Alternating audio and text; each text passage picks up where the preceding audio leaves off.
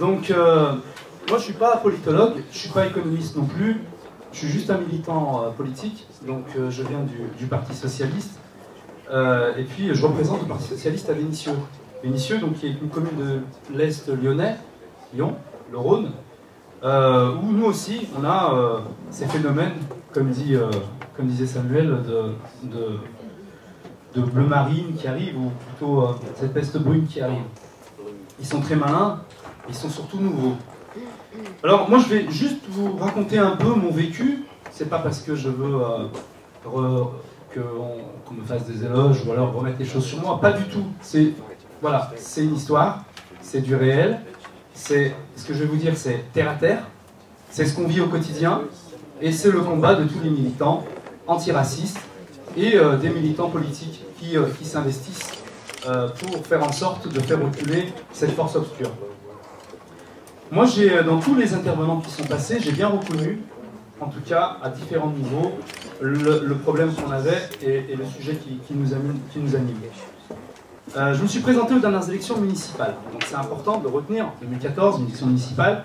Donc moi, je siège dans une ville qui est tenue par les communistes, par le PC.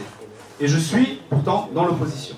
Moi, je suis convaincu qu'avec mes camarades, et surtout avec la société civile, parce que cette liste était composée essentiellement de société civile, donc une liste de progressistes, de gauche, je suis convaincu que si on ne s'était pas présenté, eh ben, la commune, qui est rouge, serait passée du rouge vif au bleu marine. Peut-être au bleu, peut-être, et c'est pas sûr. Pourquoi? Parce que, tout simplement, qu'est-ce qu'ils nous disent les habitants? On n'a pas l'impression qu'on est représenté par les élus, on n'a pas l'impression que vous nous ressemblez, on n'a pas l'impression de voir les gens à la télé nous ressembler.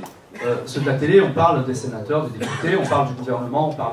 Je serais content d'avoir vu Hélène Geoffroy tout à l'heure, qui est une vraie militante, et moi je peux vous le dire, une vraie militante qui a bataillé pour sa ville et qui bataille encore. Elle est aujourd'hui secrétaire d'État, mais il aurait fallu qu'Hélène raconte son histoire, sa propre histoire. D'où elle est partie. D'où elle est partie et ce qu'elle a subi pour pouvoir gagner cette ville de Vaux-en-Velin, une ville populaire, où on a tous les phénomènes sociaux qui y sont, y compris ceux de l'extrême droite. Vénissieux, c'est à peu près la même sociologie, c'est même la même. Et en fait, aujourd'hui, l'habitant, il a l'impression qu'il y a un vide. Il y a un vide entre lui et ceux qui décident. Et ceux qui décident, qui c'est? Est-ce que c'est le gouvernement? Oui, mais pas pour tout. Est-ce que c'est la collectivité locale, la mairie? Oui, pour beaucoup. Et pour beaucoup, c'est la région. Et puis c'est aussi la métropole. Un exemple. Le gouvernement débloque de l'argent pour les formations. Le président de la région Rhône-Alpes-Auvergne, M. Wauquiez, a décidé de ne pas se rendre au rendez-vous qu'on lui a donné. Parce qu'il n'a pas envie de faire de la formation. Parce que pour lui, la formation, c'est l'assistanat. Voilà ce qu'on a aujourd'hui à la région Rhône-Alpes. Et pourquoi? Je veux accabler personne. Ni ceux qui ont voté à droite, ni ceux qui ont voté à gauche, ni ceux qui se sont abstenus. Mais on a tous une responsabilité dans tout ça. Et quand on dit l'extrême droite, il faut les diaboliser, regardez ce qu'ils font, etc. Très bonne expérience de notre camarade de Fréjus. Est-ce qu'il faut diaboliser l'extrême droite? Je ne sais pas, j'en sais rien. Je ne sais pas s'il faut dire qu'ils sont méchants ou mauvais. Leurs actions, leurs actes, d'eux-mêmes, ils montrent comment ils sont mauvais et comment ils sont racistes. Mais, tu l'as dit tout à l'heure, au début c'était bon, maintenant oui. Mais il n'y a pas de focus sur ça, il n'y a pas vraiment de médiatisation sur ça. On ne sait pas, effectivement, à Vitrolles, on a su. Aujourd'hui, on voit Béziers, le maire raciste de Béziers, qui fait de la provocation. Il ne faut pas répondre, tu disais tout à l'heure, à la provocation, sous peine de lui donner encore plus de gloire et qu'il soit encore plus médiatisé. Mais moi, je suis comme toi, je ne suis pas d'accord sur le fait qu'il ne faille pas répondre. Il faut répondre. Il faut répondre et il faut être présent. Mais il faut répondre par des actions, par des actes, pas par du discours. Donc, vous avez vu, je ne sais pas si vous avez remarqué, mais vous avez vu comment les militants du Front National sont jeunes? Vous avez vu comment ils sont jeunes? Comment ils sont accaparés par ce discours haineux et méprisant? Moi, je l'ai remarqué. Et ben moi, dans ma ville aujourd'hui, ce qui n'existait pas il y a 5-6 ans, on a des gens du Front National qui viennent parler à des gamins de cité. Et oui, ils viennent leur parler. Mais ils leur parlent de quoi? Des sujets qui les intéressent. Ils leur parlent de Alain Soral. Ils leur parlent de Dieudonné. Ils leur parlent de la Palestine. Ils leur parlent du conflit israélo-palestinien. Voilà, des sujets qui les intéressent. Des sujets où le parti progressiste n'apporte pas de réponse finalement aujourd'hui. À part sanctionner ou interdire de plateau de télévision, pas de réponse politique à ça. Tout à l'heure, tu évoquais, et c'est très bien que tu l'aies dit, sur la loi, j'ai pas retenu quel article, mais en disant on ne peut pas sanctionner un maire, etc., par rapport.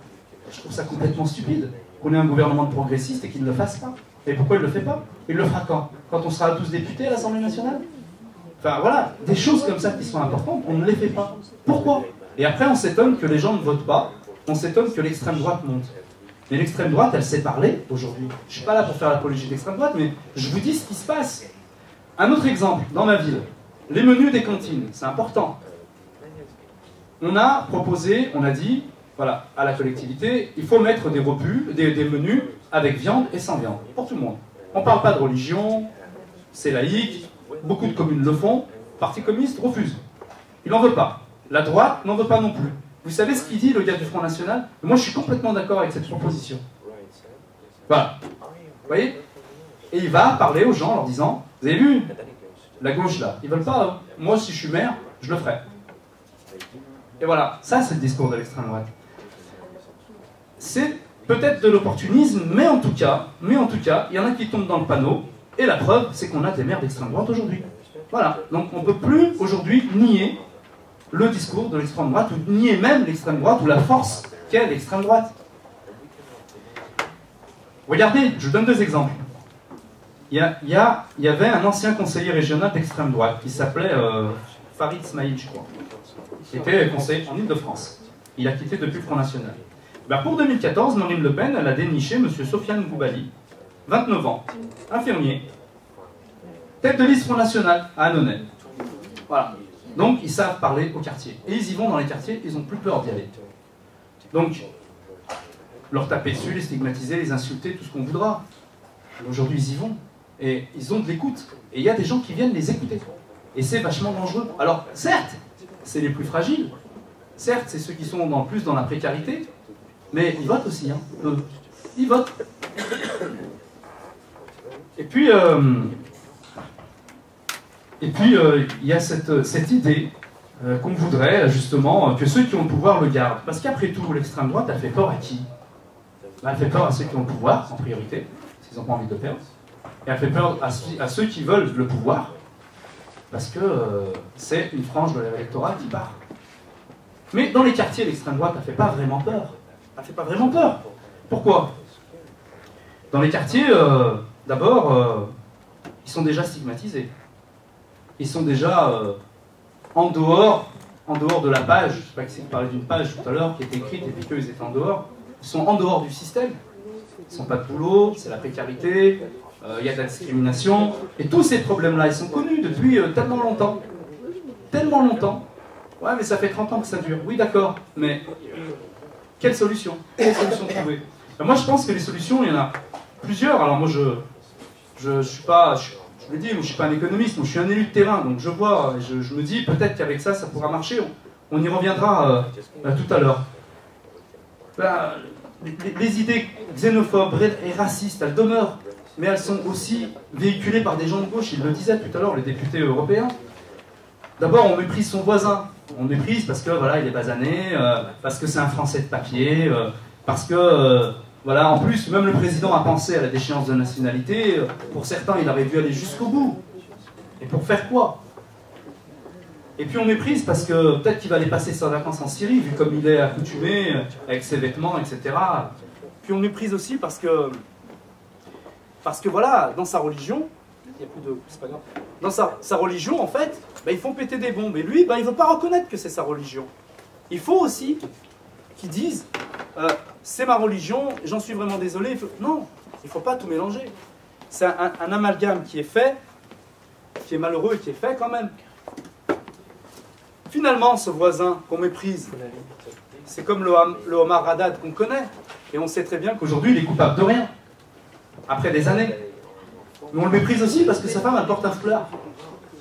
Et puis là-dessus, la gauche, comme elle n'a pas envie qu'il y ait une partie de l'électorat qui aille à l'extrême droite ou à la droite, mais ils arrivent et puis font de la surenchère. Alors on se mêle des affaires de Burkini. Je trouve ça quand même dommage, quand on est à un certain niveau du gouvernement, de se mêler de ces petites affaires-là. Voilà, je vais essayer de faire très très court. On se mêle aussi d'autres. Puis on a des Vauquier, des Morano qui surenchérissent et qui surenchérissent, et puis la gauche qui est là derrière et qui court après pour essayer de rattraper, de faire mieux. Et c'est pas ce qu'on demande. On demande juste de mettre en place quelques mesures locales.